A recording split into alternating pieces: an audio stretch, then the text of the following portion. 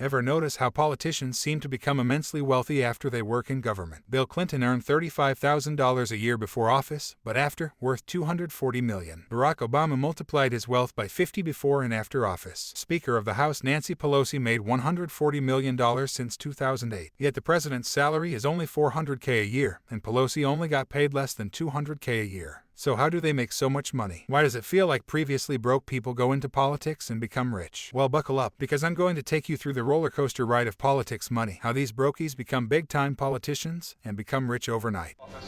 Power is a lot like real estate. It's all about location, location, location. The closer you are to the source, the higher your property value. Most politicians don't start out with big money. They often come from middle-income families. They then go to law school and start out their adult life as a simple lawyer. Joe Biden, Barack Obama, Bill Clinton, Nixon, and FDR all started out in the courthouse fighting legal cases. But that's not where they wanted to stay. That isn't going to make them rich, so they look to politics. Every single state in America has at least one seat in the House of Representatives, where the big money is made. So as a young lawyer, that's what you set your sights on. You wait for the next election, you start your campaign, you go around every town hall in the district rallying your ideas. You go to the internet to promote your policies. You spend your campaign money buying political ads, the whole 9 yards until election day. People go rushing out to the polls, and because of your genius marketing, you win. Congratulations, you are now a representative for your state. But the job isn't over yet. You've now got to make your first money in politics, and it all starts in the House of Representatives, the stage for where new laws get drafted and voted through, the decision makers behind where public dollars get spent, and which companies will profit from public money. As a new representative that you are, you get an inside look and a vote into how the money of hardworking, tax-paying Americans gets spent. This also means you know which companies specifically are going to be receiving nice big government contracts in the billions of dollars next. And as Gordon Gekko once said, "The most valuable commodity I know of is information." Wouldn't you agree? As you are in the House of Representatives, you hear all kinds of information that the average American would never hear. And there's one place where you can put that information to good use: the stock market. When trading stocks, information is the most valuable asset anybody can possess. Let me give you an example. Pretend you are a public paper company, and the government suddenly decides it needs way more paper. So they contact you and get Congress to draft up a $100 billion contract to have you supply the government offices with paper for the next 10 years. And as the paper company, you sign the deal. But before that information goes public, all the representatives that drafted up that deal know that as soon as the new deal gets in the news, your paper company stock is going to go through the roof. So logically, the representatives start buying loads of stock before anybody has any idea. And sure enough, 2 weeks later, the deal gets announced and your paper company stock price jumps 40% in one day. At which point all the representatives sell out and bag their money as pure profit. And this is 100% legal. Most representatives can expect to make millions in stock trades over their time in Congress. And as a new representative, this is how you make big money real fast. Speaker of the House Nancy Pelosi is the most notorious trader in the House, making over $100 million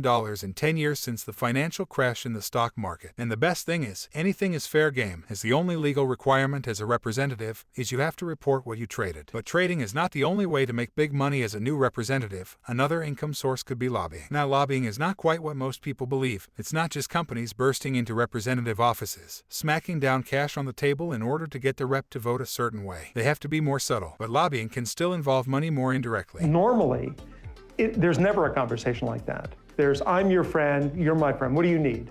You know, oh, well, I'm trying to raise $1 million to make sure I get reelected. Okay, I'll take care of $300,000, I'll throw a fundraiser, don't worry about it.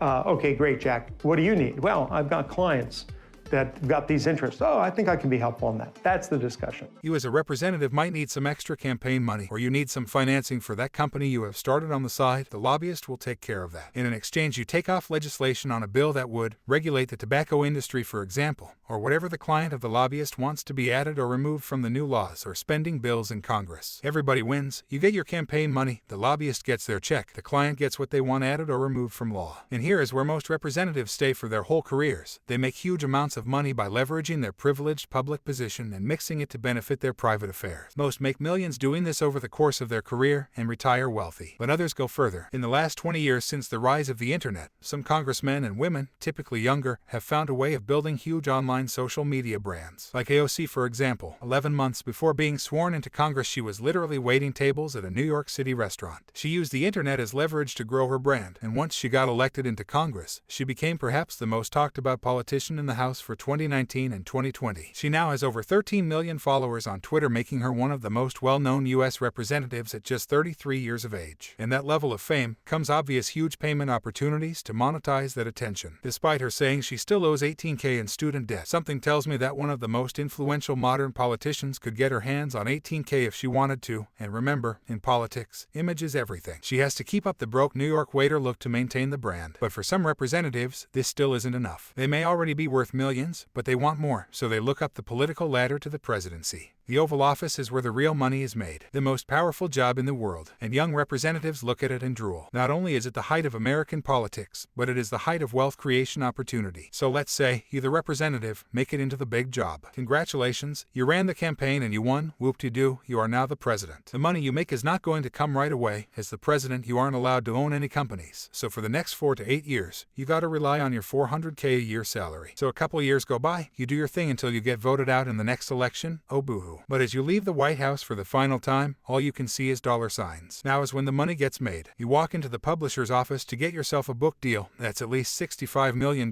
Then you create an NFT project that's another $10 million, and then you look at the public speaking circuit. Make up a price for how much you charge to speak for 20 minutes in an evening, let's say $200,000. Now you do that once a week for the next year and you get yourself another $10 million. And with all this newfound wealth from leaving office, you start buying up commercial property. Get yourself seriously in with the stock and bond markets, and leverage your wealth into residential property as well, all making you richer and richer. But it doesn't stop there. If you want to reach the Forbes list, you're going to need to embrace brand deals. Like any other top celebrity, get yourself a Netflix show. That way you will get the big streaming dollars whilst having a consistent check from Netflix. Go to Spotify and get a podcast. Spotify throw money around like no tomorrow for anybody to get on there with a podcast. So get yourself one, and as a final cherry on the cake, get yourself involved in Super Bowl ads and other company endorsements. If you do all this right, this could be another $100 million easily. You can also make the big dollars by being on company boards. It looks impressive on Wall Street if you as a company have an old president on the board. And as the old president, you can demand serious fees for basically only sitting there on a sheet of paper. If you combine all these together over the next 10 years of leaving office, you would have garnered your net worth to be in the hundreds of millions of dollars. Not bad for a brokey lawyer. If you feel you got some value from this video, hit the subscribe button and watch why the UK is going to collapse.